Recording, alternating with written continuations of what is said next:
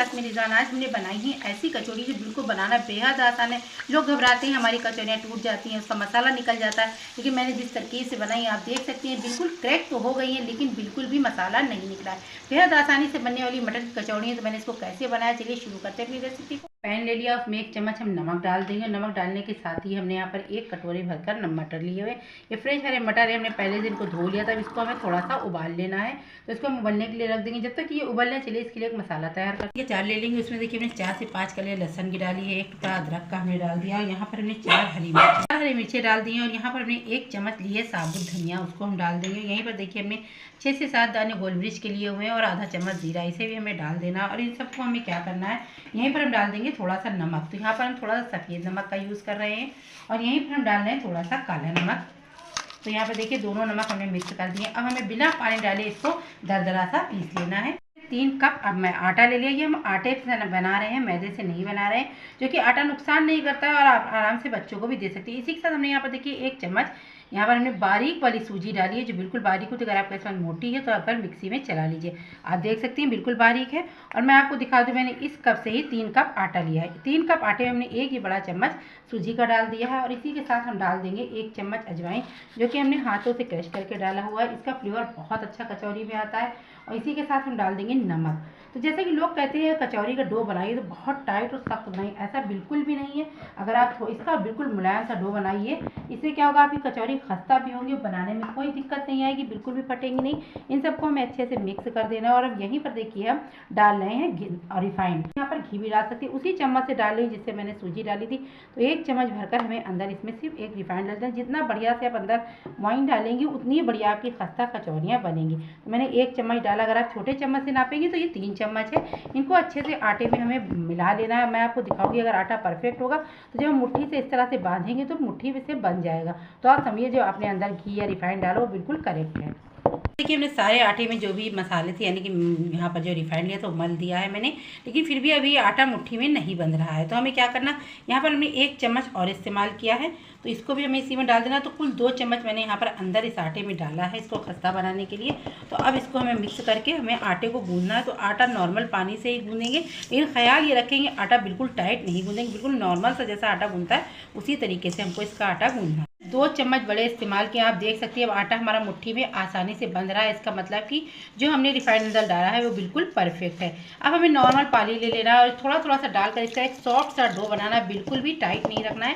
मैं 2 बार ये बात कह रही हूँ, आप बनाकर तो देखिए आपको बहुत ही अच्छी कचौड़ी बनेगी। मैं बेहद आसान तरीका बता रही हूँ आपको कचौड़ी बनाने का, इससे ज़्यादा आसान तरीके से आपको मिलेगा नहीं आपकी इस तरह का कचौड़ी खस्ता बना सकें। तो देखिए जो हमने मटर रखे थे वो भी बॉईल हो गए हैं। यहाँ पर हम गैस को बंद कर देंगे और इसको ठंडा करके इसका सारा पानी निकाल देंगे। तो देखिए आटे को हमने गूंद लिया, आपको दिखा रही बिल्कुल सॉफ्ट आटा है। आप देख सकते हैं बिल्कुल टाइट नहीं है। इसको इसी तरह से हम 10 मिनट के लिए छोड़ देंगे और इसके मसाले को तैयार कर लेंगे। हम एक कपड़े से कवर कर देंगे, चाहे आप तो नम कर सकते हैं, वैसे ऐसे ही ढक दीजिए, खुला नहीं छोड़। तो यहाँ पर देखिए हमने 1 छोटा चम्मच ऑयल ले लिया है और इसी में हम डाल देंगे आधा चम्मच अजवाइन और यहीं पर हम डाल देंगे आधा चम्मच हींग, क्योंकि हींग में कचौड़ी बहुत अच्छी बनती है, तो हींग का इस्तेमाल ज़रूर कीजिए।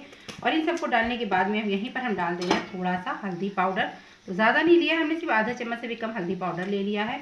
और इसको लेने के बाद में हम इनको अच्छे से मिक्स कर देंगे। और जब ये मिक्स होने लगेगा, थोड़ा सा भुनने लगेगा, तो यहीं पर हम देखिए इसमें 2 चम्मच बेसन का इस्तेमाल कर रहे हैं। बहुत ज़्यादा नहीं, छोटे वाले 2 चम्मच डालें। बेसन से क्या होता है, इसमें बाइंडिंग बढ़िया आती है और टेस्ट भी बहुत अच्छा आता है। तो 2 ही चम्मच लिया है। गैस के फ्लेम को लो कर देंगे। इसको अच्छे से बेसन को भी इसी घी यानी कि तेल में भून लेंगे, इसका कच्चापन निकल जाए, अच्छी सी भीनी भीनी सी खुशबू आने लगे। बेसन डालेंगे तो इसको लगातार चलाते रहिए, वरना बेसन जलना शुरू हो जाता है। तो इस बात का ख्याल रखिएगा, बेसन को डालकर इस तरह से छूइए नहीं। सिर्फ 2 से 3 मिनट में ये बेसन आपका भून जाएगा, इसका कलर भी बदल जाएगा, तो आपको लगेगा कि बेसन आपका भून गया और अच्छी सी खुशबू भी आने लगती है। आपको दिखाती हूँ जो हमने मसालों को भून यानी कि कूट कर रखा है। आप चाहे तो उसको कूट भी सकती हैं और चाहे तो मिक्सी में इस तरह से दरदरा सा पीस भी सकती हैं। तो देख सकती हैं बिल्कुल दरदरा सा मसाला मैंने तैयार किया है। तो ये जब आप कचौरी के अंदर डालेंगी तो इसका टेस्ट एक अलग ही आएगा। आप एक बार बना के देखिए, आपको बहुत पसंद आने वाली है, क्योंकि बहुत आसानी से बनने वाली है मटर की कचौड़ी। ये 2 से 3 मिनट हो गए हैं, बेसन बढ़िया सा भुन गया है। अब हमें क्या करना है, जो हमने मसालों को कूट कर रखा हुआ था इसको भी हमें इसी में डाल देना है। तो नमक हमने आटे में भी डाला था, मटर उबालने में डाला है और इस स्टफिंग में भी डाला है, तो हमें नमक का इस्तेमाल नहीं करना है। और यहीं पर हम थोड़ा सा डाल देंगे, इसको पहले हम मिक्स कर देंगे। तो जो मसाले का भी कच्चापन है वो भी थोड़ा सा निकल जाए जो हमने कूट के रखे हुए हैं। और इसी के साथ इसमें हम डालेंगे थोड़ा सा चाट मसाला। तो चाट मसाला डालने से इसका फ्लेवर बहुत अच्छा आएगा। तो यहाँ पर हमने आधा चम्मच चाट मसाले का यूज़ किया है, आधा चम्मच हमने यहाँ पर लिया है पिसी खटाई यानी कि आमचूर पाउडर। और इसमें एक बढ़िया सा कलर लाने के लिए हम यहाँ पर डाल रहे हैं देखिए आधा चम्मच कश्मीरी देगी मिर्च, जो कि तेज़ नहीं है। हरे मिर्चों का इस्तेमाल हमने पहले से ही किया हुआ है, तो ज़्यादा मिर्च अगर कम खाती हैं तो आप स्किप कर सकती हैं। आधा चम्मच हमने यहाँ पर कुटी हुई लाल मिर्च ली है। इन सबको लेने के बाद में इन मसालों में अच्छे से मिला देना है। तो आपने देखा मसाले मेरे बढ़िया से भून गए हैं और सब मिक्स भी हो गए। अब हमें क्या करना है, जो मैंने मटर का पानी छान कर रखा हुआ था इसको हमें ले लेना है और लेकर इसी कढ़ाई में डाल देना है। तो हम आपको दिखाते हैं मेरे मटर बिल्कुल सॉफ्ट हो चुके हैं, आप देख सकती हैं। और इसको डालने के बाद इसमें हम इसको मिक्स कर लेंगे और अब इसी में हमें इसको मैश कर लेना है। अगर हम चाहें तो मिक्सी में भी कर सकते थे, लेकिन वो मज़ा नहीं आता है। तो आप मटर को गला लीजिए पानी निकालने के बाद में। इस तरह से सबसे पहले मसाले में हम इसको भून लेंगे 1-2 मिनट। और उसके बाद हमें क्या करना है, सबसे पहले आप मथानी या कटोरी या कोई भी मैशर ले लीजिए और इसको मिक्स यानी कि फोड़ दीजिए। देखिए मैं मथानी से इस तरह से दबा दबा के इसको हम फोड़ दे रहे हैं। अब देखिए हमारी जरी मटर है हमने फोड़ दी, आप देख सकते हैं। अगर मिक्सी में करती तो इस तरह से दरदरी सी ना होती, इसलिए आप चाहे कटोरी मथानी मैशर किसी से भी इस तरह से इसको कूट लीजिए, यानी कि इसे दबा दबा कर लीजिए। और यहीं पर अब हम डाल देंगे फ्रेश हरा धनिया, जो थोड़ा सा मैंने काट के रखा हुआ था। तो लीजिए कचौरी की स्टफिंग मेरी रेडी हो चुकी है। धनिया को भी हमें इसी में मिक्स कर देना है और थोड़ी देर इसको हल्का सा हमें गैस पे ही कर लेना। धनिया जो है इसी में थोड़ी सी मिक्स हो जाए और जो इसका कच्चापन है वो भी निकल जाए।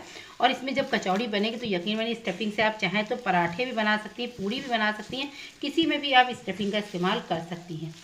तो अगर आप यहाँ पर इसको टेस्ट कर लीजिए, अगर आपको नमक वगैरह कुछ कम लग रहा है तो आप डाल सकती हैं। मेरा बिल्कुल परफेक्ट है क्योंकि हमने थोड़ा सा टेस्ट करके चेक कर लिया। हमारा डो भी एकदम सॉफ्ट और भी ज़्यादा सॉफ्ट हो गया, आप देख सकती हैं कितना बढ़िया और कितना लचीला से ये रेडी हुआ है। अब हमें इसकी लोइयाँ काटनी, तो इस बात का ख्याल रखना जो हम इसके अंदर स्टफिंग भरेंगे वो लोई छोटी होंगी और ये लोई थोड़ी सी बड़ी होंगी। कचौरी थोड़ी सी मोटी मोटी सी होती है, तो मैं आपको दिखा रही हूँ। मैं नींबू से थोड़ी बड़ी रोटी की लोई ली है, जैसे कि आप रोटी वगैरह की लेती है इतनी बड़ी आपको लोई ले लेना। इस तरह से सबसे पहले लोइयों को तैयार करके हम रख लेंगे। तो देखिए हमने मटर की जो स्टफिंग बनाई थी उसकी इस तरह से मैंने गोलियां बना ली। तो आप देख सकती हैं इस गोली में और जो मैंने लोइयां बनाई हैं फ़र्क है, क्योंकि ये थोड़ी बड़ी है और ये छोटी हैं। और अब हमें क्या करना है, जैसे मैंने 16 लोइयां आटो में निकाली थी, 16 लोइयां ही ये मेरी मटर की बनकर रेडी हो गई हैं। अब हम इसको बताएंगे हमको इसको भरना कैसे है। बेहद आसान है, जो कि आपकी कचौरी फटे भी नहीं। तो यहाँ पर देखिए मैंने एक चॉपिंग बोर्ड ले लिया है और इसको लेने के बाद हमें क्या करना है, मैं इस तरह से लूँगी और इसको हाथों से फैला देंगे। तो आप देख लीजिए सॉफ्ट आटा है तो कितनी आसानी से आटा फैल रहा है। मैदे की हमने इसीलिए नहीं बनाई कि मैदा लोगों को नुकसान भी करता है। लोग चाहते हैं कि मैदा अवॉइड करें, आटे से बना। तो मैं आटे वाली बनाकर दिखा रही हूँ आपको। तो इस तरह से कटोरी जैसी बनाकर और एक इस तरह से लेंगे स्टफिंग को, इसको हम भर देंगे। तो आप देख रही है स्टफिंग भी बराबर से भरी है, यानी कि आपकी जब कचौरी बनेगी तो उसमें भरपूर स्टफिंग भी आपको मिलेगी, उसका भी टेस्ट मिलेगा। और इस तरह से इसके हमें मुँह को बंद कर देना है। तो यहाँ पर आपको खास ख्याल रखना है कि मुँह बिल्कुल भी नहीं खुला होना चाहिए, जो कि आपकी स्टफिंग तेल में फैल जाए। और तेल को हमने पहले से ही गर्म होने के लिए रख दिया है। तो यहाँ पर देखिए मैंने इसको काटा नहीं, इसी में इस तरह से चिपका दिया है। चिपकाने के बाद में हमें क्या करना, हल्के हल्के हाथों से इसको इस तरह से हमको दबा लेना। अगर आप चाहें तो इस तरह से भी कर सकती हैं और आप चाहें तो चॉपिंग बोर्ड पे रख कर भी इसको इस तरह से हाथों से धीरे धीरे फैलाइए।